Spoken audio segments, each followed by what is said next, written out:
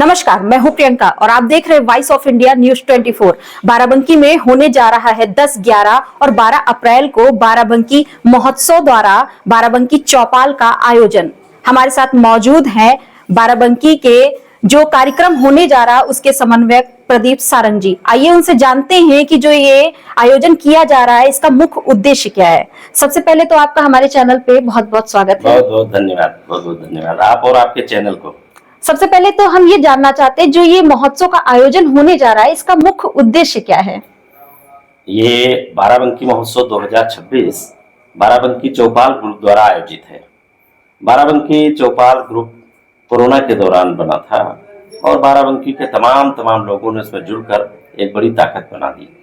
सहाना इरफान जी हैं, वही इस पूरे प्रोग्राम की कोऑर्डिनेटर है, समन्वयक है, उन्हीं की परिकल्पना थी। मैं जो इसमें कप सम्मेलन हो रहा है उस कप सम्मेलन का समन्वयक हूँ और इस कप सम्मेलन की संयोजिका आदरणीय वरिष्ठ शायरा हैं किरण भारद्वाज जी हैं।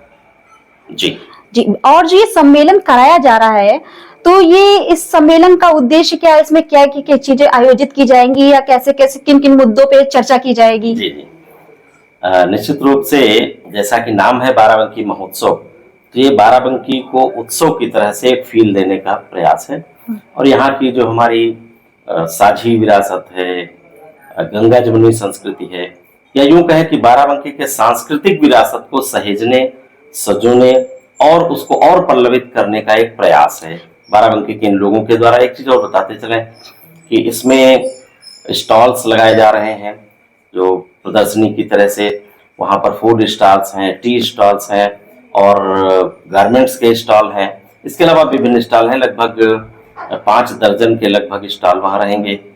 फिर वहाँ जो एक्टिविटीज हो रही हैं सिंगिंग की हैं। अच्छा, जैसा कि आप बता रहे हैं कि इसमें जो आपने चौपाल लगाया है, ये जो आयोजन होने जा रहा है इसमें कंपटीशन या बच्चों का जो भी पार्टिसिपेशन होगा, पार्टिसिपेट करेंगे लोग, बूढ़े बच्चे और जवान सभी के लिए वहाँ इस तरह का है कि सभी लोग आए, परिवार के साथ आए, वहाँ आनंद लें और बाराबंकी के विभिन्न जो चित्र हैं, इमेजेस हैं, चाहे वो कल्चरल की हो, चाहे अभिनय क्षेत्र की हो, चाहे काव्य क्षेत्र की हो, उन प्रतिभाओं के सृजन का जो है आनंद उठाएं लोग जी। और वहाँ विशेष क्या है कि जो छोटे बच्चे हैं, LKG जो विद्यालय में पहली बार जाते हैं, UKG LKG कुछ कहते हैं, वहाँ से लेकर के बच्चों की शुरुआत है।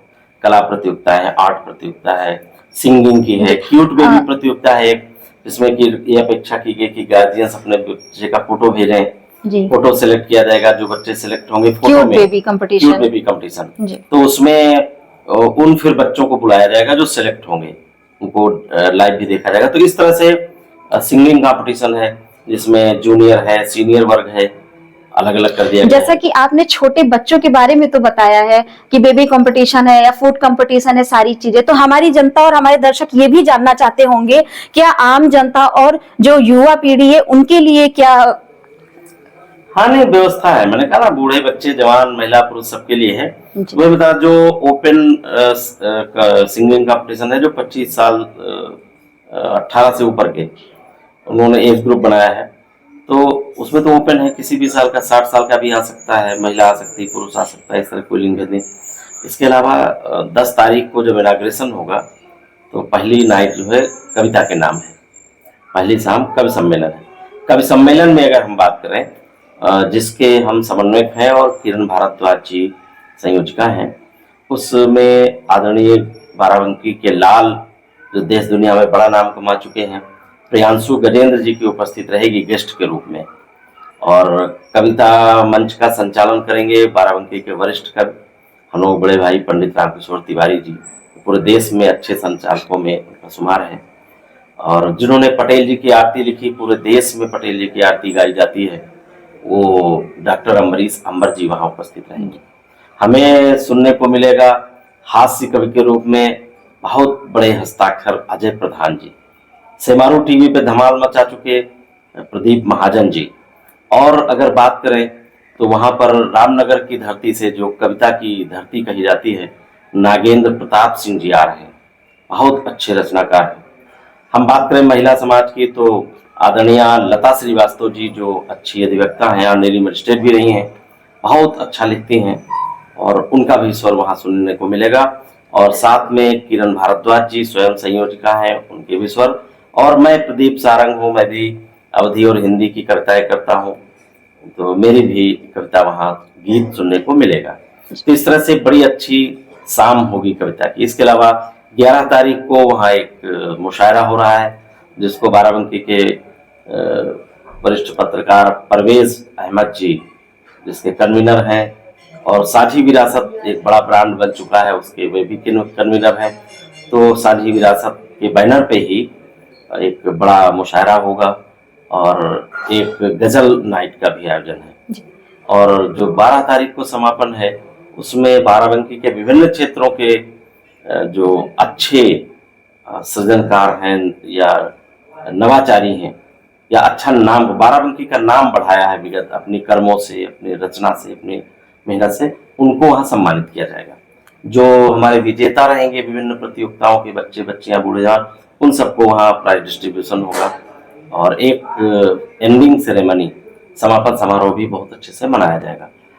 सबसे अच्छा क्या है कि ये ऐसा वहाँ रचना बनाई गई है कि जब फैमिली के साथ कोई वहाँ आएगा जी, तो जैसे उसमें एंट्री लेगा उसको सब अच्छा अच्छा दिखने लगेगा, अच्छी अच्छी सुगंध आने लगेगी, स्वाद का मतलब वो स्वाद का वो महोत्सव एक दिखेगा वहाँ। सारी चीजें हाँ, विभिन्न स्वाद वहाँ देखने को मिलेंगे। इसके अलावा वहाँ विभिन्न कल्चरल एक्टिविटीज देखने को मिलेंगी। और आपका कहने का मतलब है जैसे आने वाले समय में जो आज का दौर चला, धीरे धीरे देखा जा रहा है कि कुछ चीजें जो अपनी पुरानी चीजें हैं, जो अपनी संस्कृति कहीं ना कहीं वो खोती नजर आ रही है। हाँ, तो आप बाराबंकी महोत्सव के द्वारा उस सारी चीजों को सजोने या सहजने का कार्य किया जा रहा है। हाँ, ये कोशिश है, पहली कोशिश है। अगर बाराबंकी के लोगों ने भरपूर साथ दिया, एंजॉय किया, तो निश्चित रूप से आगे आने वाले समय में भी हमारी जो ऑर्गेनाइजिंग कमेटी है इस पर विचार कर रही कि प्रतिवर्ष इस तरह का आयोजन हो। लेकिन ये भविष्य के गर्भ में क्या होगा।